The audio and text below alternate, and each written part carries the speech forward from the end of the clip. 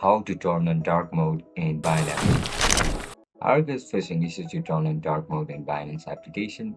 If that's so, then this video might help you out. Without further ado, let's dive into the video. To turn on dark mode in Binance, first of all, open Binance application on a mobile device. Once you open the app, log in into your account with your registered email and password. As soon as you get logged in, now just simply look at the top left corner of your screen where you will be able to view your menu bar or three-dot bar icon. Just simply tap on it. After you click on it, you will be forwarded to this interface. Just look at the top right corner of your screen where you can see the setting icon. Tap on setting.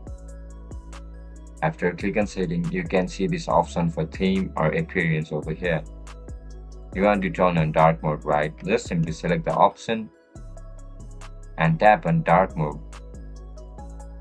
As soon as you click on dark mode, your app will instantly switch to dark mode.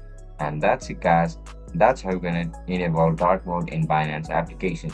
If you guys found this video helpful, don't forget to like, share and subscribe to our channel. I'll catch you up in the next one. Bye bye.